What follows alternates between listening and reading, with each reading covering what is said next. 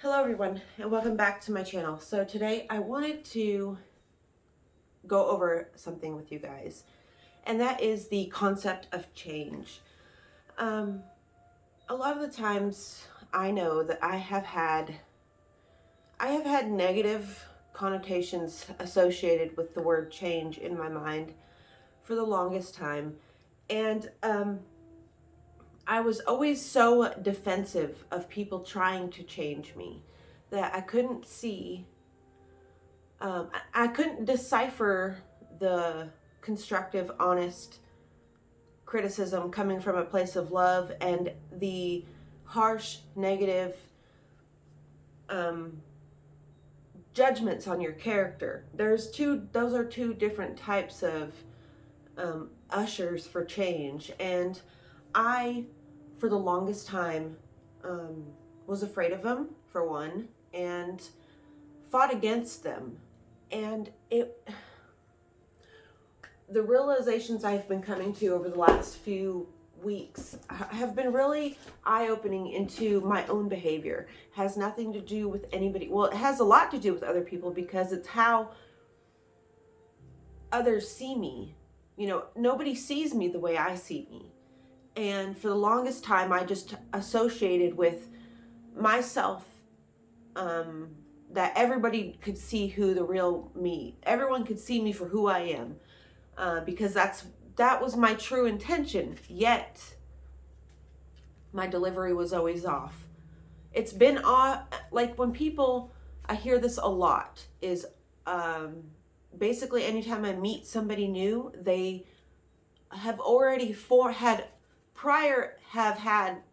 but prior to meeting me, sorry, I'm getting confused on my words. Prior to meeting me, they already had a constructed image of who I was. And so I was battling with this. And a lot of the times, my image that people have of me before they meet me or whatever is a lot higher. They hold that person to a bigger standard. And I appreciate that's how I come off. But I'm so still learning and still growing as a person, that a lot of times I don't meet up with those people's standards. But I wanted to show you guys some pictures. I was going through photo albums and just how much I've changed, not only in my looks, but just like the phases of life I've been through. Right now, I'm in the phase of life. I'm 33 years old. Been in a long-term relationship that I misinterpreted a lot. And my true character is a big thing that I misinterpreted. A lot of the times, actually, I will put on a front because if I feel like something in my life is at stake, like a relationship or just anything where I feel something that I have that I'm scared to lose, whether that be a constructed image that I, worked to build up in people's mind or whatever, their image of me, they're questioning my intent, because my intent is always true, but it's my delivery.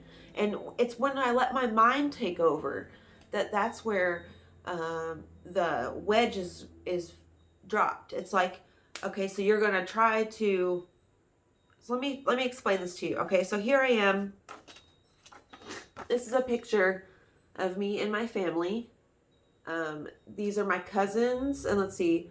This is my Aunt Susan, my mom's sister. This right here, the little boy right here, is my brother. That's my cousin. My other cousin, that's my Grandpa John.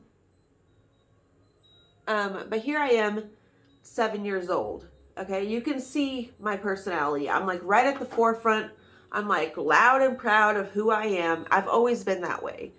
And you can just see, God, what a, okay, so that's me at 7. And I was, at this age, I was literally just coming into consciousness. I feel like I was just figuring out that I'm a person. I'm on earth. Like, I was just like coming into my own mind. Like, you know, before you're a kid, you have like before you're this age 7, I feel like your memories are kind of sparse, and they're, if you remember them at all. But me, I was just loud and proud, and I was unafraid. I was like one of the boys. And I remember my Aunt Susan, she was always trying to dress me in these big dresses and these bows in my hair, and I just hated it. Here's me. Okay, so this is me at 12 years old at my oldest brother's wedding. Not the brother in this picture. This is me, my mom.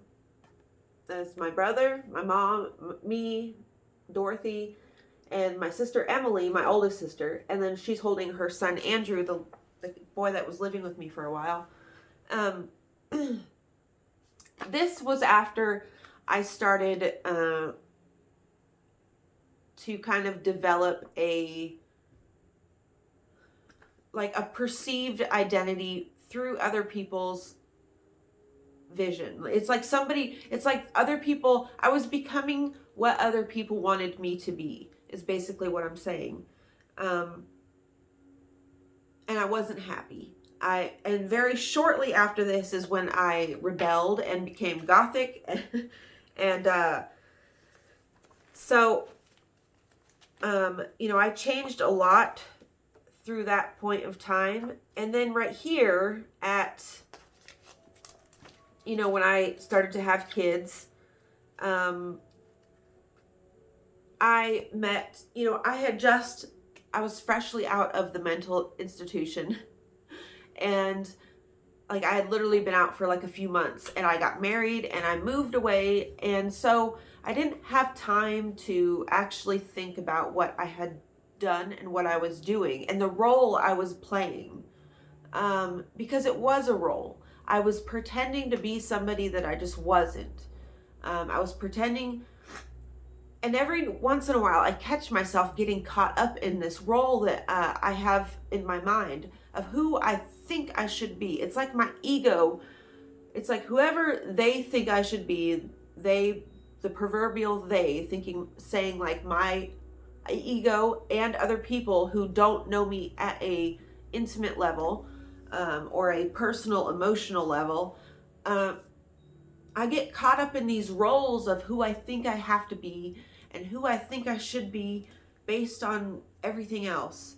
And then every single time, I'm surprised to see that I'm unhappy. I'm surprised to find out, oh my God, I don't like this role. And then I rebel.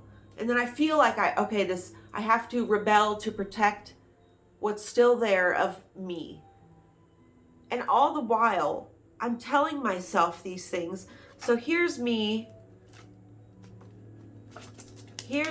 I am 2 weeks, like I had just given birth to my first child, and we were hiking a mountain. That's actually the mountain I hiked in the video I did in the fall. It's the same mountain. I was 20 years old, like I just turned 20 years old, and I was playing that role. I was in that role again of who other people told me I needed to be. And a few years go by, and of course I start to delve back into dark thoughts and secrets and lies, and you know, it's like my shadow self always showed itself. It was always there, and I was trying so hard to split these two aspects of my personality, the dark aspect and the light aspect, where the light aspect, you know, I'm living up to other people's expectations. I'm doing what society says I need to be doing. And then I have this other part of me that fantasizes about death, but not in a suicidal way. I'm just interested in what's on the other side. I'm into really dark topics, the macabre, I like things about ghosts. And so those two aspects of my personality, where it's like one is super dark and one is super light and means very well, even through my darkness, I have a good intention. I have a well meaning. I'm not like evil. Like the shadow part is not evil, you know, it's just darker. It's just interested in the darker aspects of life. And in those aspects, I'm not scared. I'm more scared of the light aspects of my personality, because the darker aspects are a lot easier to, like, I have no shame in it, you know? It's like when people call me crazy in the past, I would say, well, I'll run up and down the street naked to prove that I'm crazy. And so there'll be no question. Like so therefore your accusation will hold no weight because everyone can see it's true. Like, I'm not scared of that. But I am scared of living up to society because I don't feel it's natural. I don't feel like it's a natural part of what we should be doing. I gotta get something to drink. And so all of this is to say, all the running that we do as humans, as people, from our true nature, that we know exists, but a lot of times we're scared to look at it. We're scared to face it and integrate it. But that's a really big part of change, is realizing that everything that you were afraid of doesn't exist. It's when your mind will come in, and it's the logical mind. It's going to tell you all of these things that you should be doing, and it's going to throw out harsh criticisms, and it's going to throw out judgments, and it's going to throw out hate, and you're going to run from it. And you're going to act like it doesn't exist. I did it. I did that for a long time. So this is me, you know, playing the role of a married wife at 21 years old, with somebody I barely knew in a town I have never even heard of, with zero support, no friends, no family, nobody. And I was just unhappy. Because I came to this realization. Well, I didn't even come to a realization then. It was just like, fuck this. I don't want to do this. And so I didn't do it. Like I let it collapse. I stopped caring. And, you know, probably at the expense of a lot, but what I lost in that transition of life is nothing compared to what I've gained. And I keep getting into this cycle of trying to fight this true nature about myself. I am childlike, but I'm also dark. I am like a child who's going to tell you when things are like, you know, I'm going to point out that you're lying. I'm going to do all this stuff. And there's ways that I could do that and that I should have been doing all along. That doesn't feel so attacking, because I know that I am capable of delivering a message of criticism through love that doesn't get misinterpreted, because I've already done it. And so I've come to this realization that who I pretend to be ultimately is what is hurting me. It's that false representation of who I not wish I could be, but who I wish I could be for other people. Because my sense of identity comes through what I could do for other people. My sense of self comes through how I can help other people, which is why I so freely give, which is why I don't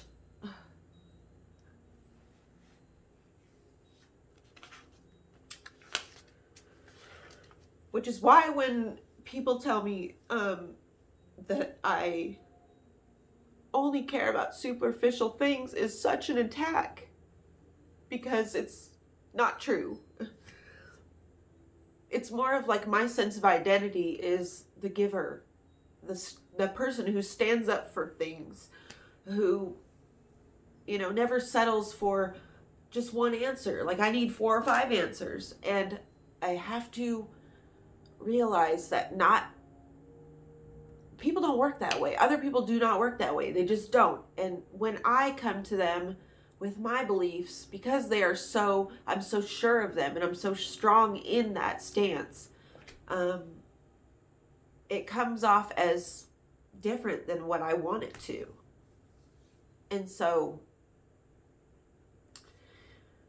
I have to integrate more of my darker self into the light, and it's scary. It's terrifying to change and to relax into who you've always been.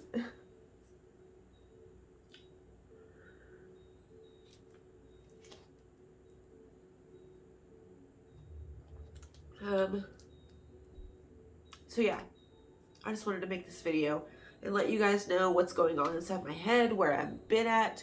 My whole body's sore from making spoons the last few days. I promise I'll have that video up tomorrow. I had polyurethane them, so they had to dry overnight, but I love you guys so very much. And if you have anything to say that you would like to say to me, comments, questions, anything, leave them down below. And I love you guys, and I will see you in the next one. Bye.